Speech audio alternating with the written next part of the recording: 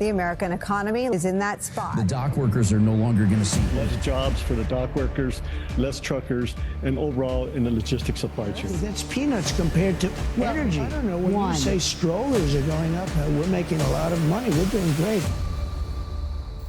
They said it couldn't happen again, that we'd learn our lesson after 2020. After the shelves went empty and shipping containers sat frozen offshore like abandoned toys. But here we are, back in the storm. Except this time it's a little different. There's no virus, there's no lockdowns. This time it's purely self-inflicted. The American economy is mid-fall, not just slipping. The American economy, like our friend Mr. Coyote, is in that spot, in stasis, hovering before a likely plunge. And the rest of us, we're strapped into the same roller coaster, whether we bought a ticket or not. From Ontario to Vancouver, Halifax to Calgary, our shelves, our supply chains, and our wallets are about to get wrecked. People involved in shipping, imports, and supply chain planning and economics are making themselves very loud and very clear today. Right now, imports to the US from China have, in the words of shipping execs, essentially seized. Not slowed down, not trickling, seized. One port director said arrivals could drop by 35% in a matter of days. Jean Soroka, executive director of the Port of Los Angeles, suggesting arrivals could drop by 35% this week or next,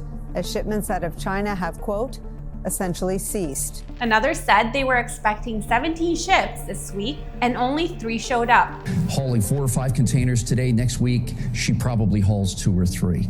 The dock workers are no longer going to see overtime and double shifts. They're going to probably work less than a traditional work week, starting right off the bat. Every 4 containers mean a job. So when we start dialing this back, it's less job opportunities. That's a 50% crash at one of the most important shipping gateways in the world. And we're already seeing it ripple out. In fact, the Port of Los Angeles publicly confirmed a projected 35 drop in cargo from Asia. That's not just a hearsay, it's documented. According to Reuters, this sharp decline is directly linked to the latest round of US tariffs, which have sent shockwaves through the logistics industry. The de minimis rule, which used to let you order stuff under $800 from overseas without paying duty, is now gone as of May 2nd. That change hits platforms like Temu and Shein the hardest, and consumers are the ones who eat the cost. Bookings are about almost a 50% reduction. So if you're an importer, you're not going to send your goods to the United States until you have some clarity and then clarity on the tariffs. Because right now, if you're shipping goods from China, you're subject to a 145% tax. Experts say we could see price hikes of up to 30% on everyday items. That's massive. And here's another number to chew on. The US trade deficit surged to a record $140.5 billion in March of 2025. That's a 14% spike in a single month. Why? Because importers were scrambling to get ahead of the tariff hikes. It's panic buying at a national level. It's not just some far-off American port issue. This matters here because guess where most of our stuff comes through before it hits Canada's stores? Yep, the US. From appliances to auto parts, toys to tech, the disruption in California is about to show up in your Amazon cart and at your local grocery store. And it's not just about the stuff, it's about the people behind the scenes. Every 4 containers equals 1 job. So fewer containers, fewer shifts, less overtime, more layoffs. Truckers are already seeing a massive drop. Dock workers are losing hours, warehouse crews are getting squeezed. We haven't even hit the worst part of it yet. Less container volumes, less jobs for the dock workers, less truckers, and overall in the logistics supply chain. So what triggered all of this? In 2 words, Trump's tariffs. We're talking about a full-blown trade war 2.0. Overnight, tariffs on imports from China spiked. Some goods hit with duties of up to 145%. That's not a typo. A $170 pair of shoes from China now costs $350. That if you ordered through an e-commerce company in China, a pair of tennis shoes for about $175, the de minimis rule is no longer applicable. So that shoe now has gone up from $175 to approximately $350. That gives you the magnitude of the price increase that we're talking about. And now, thanks to closed loopholes, you're not skipping out on those charges either. Meanwhile, Trump's response, that's peanuts. No, really, he said that. Dolls and strollers, they're peanuts. Compared to energy, some prices are going up.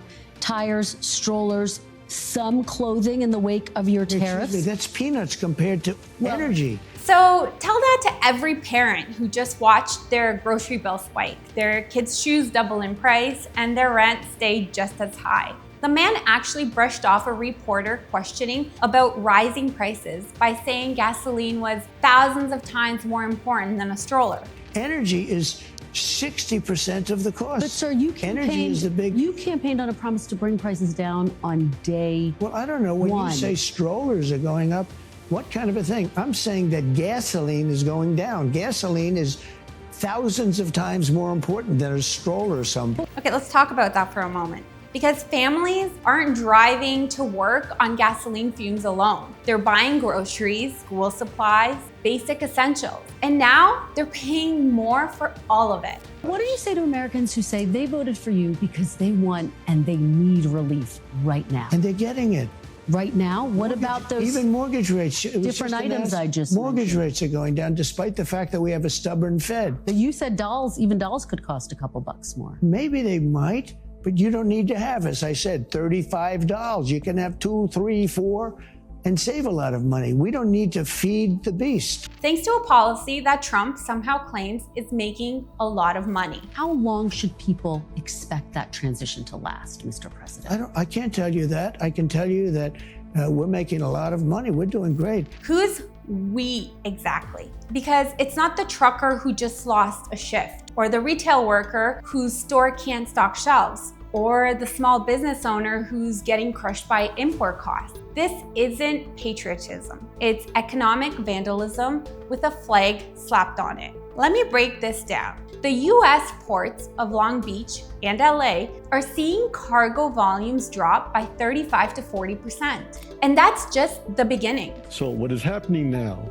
after Long Beach being the #1 port in containerized cargo for the first quarter of 2025, we are looking to a 35 or even a 40% reduction. And let me give you a number to support that. More than 70 cargo sailings have already been canceled. That's a worse hit than the worst part of the pandemic. You know, between the two ports at this complex, we've had 70 canceled sailings, and that number exceeds the worst scenario in the COVID crisis. And now, with imports being held back in China and American businesses too spooked to make new bookings, we're looking at weeks, if not months, of total chaos. Well, we are in this globalized supply chain, so it's going to take a few weeks to bounce back. Even if a deal is made today, it will take a month for anything to move again. 2 weeks to reload the ships in China, another 2 to cross the Pacific. And during that whole time, no new stock, no new inventory, and no new jobs. If we get a deal, it's going to take about a month. Let me walk you through that real quick. About 2 weeks to get the ships repositioned around these major ports, from Qingdao to Shanghai to Xiamen, load up all those containers, and then another 2 weeks to steam across the Pacific to get to us. This is important because now we're talking about spring and summer fashion. So we're kind of at a crux here that we've got to have something pretty quick.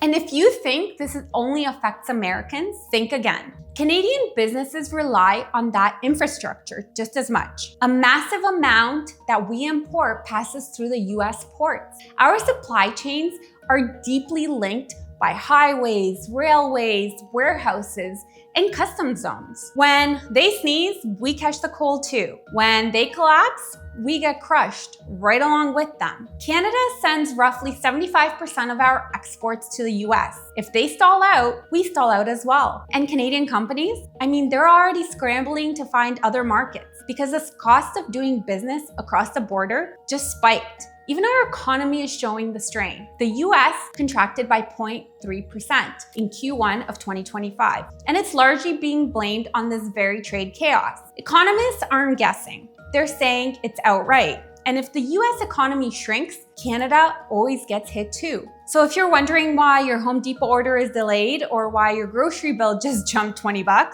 or why your new phone case is suddenly out of stock, this is the reason why. And if you're still with us halfway through, I really appreciate you. I'm serious. If you like content that actually explains what's going on in plain language, please hit that like button and subscribe and turn on the notification bell. It helps me a lot and it lets me keep doing this without sugarcoating the news. Alrighty, so we're watching a perfect storm form and everyone seems to be pretending it's fine. But the numbers don't lie. You can't cancel 70 cargo ships and pretend it's business as usual. Even big box stores are feeling it. Walmart, Target, and Amazon are already making changes. They're cutting orders, reevaluating stock plans, and bracing for impact. And for Canada, where so much of our retail sector rides the wave of American supply chains, this could get ugly fast. We're making a lot of money. We're doing great. So when Trump says we're doing great, what this really means is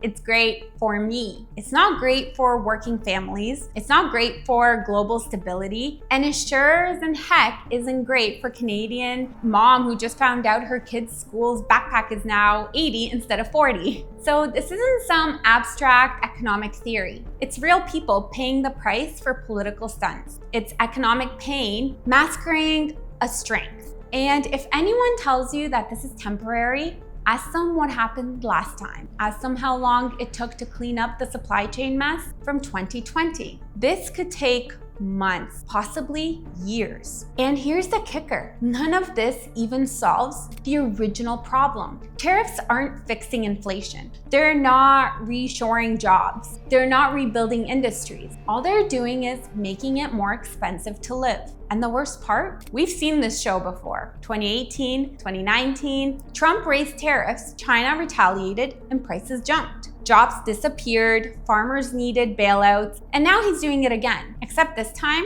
it's turbocharged. Look, we're not saying trade policy doesn't matter, but using it like a sledgehammer doesn't make you strong. It just makes everyone else bleed. Well, anyways, the American economy is hanging midair and gravity is bound to get the best of it. But Canadians, we're not just spectators. We're standing close enough to feel the pain of it all. And we honestly deserve to know exactly why. Okay, folks, thanks for sticking with me. If you found this helpful, give it a thumbs up and don't forget to subscribe and share it with someone who could benefit from this information. It means a lot to me. Thanks so much for watching.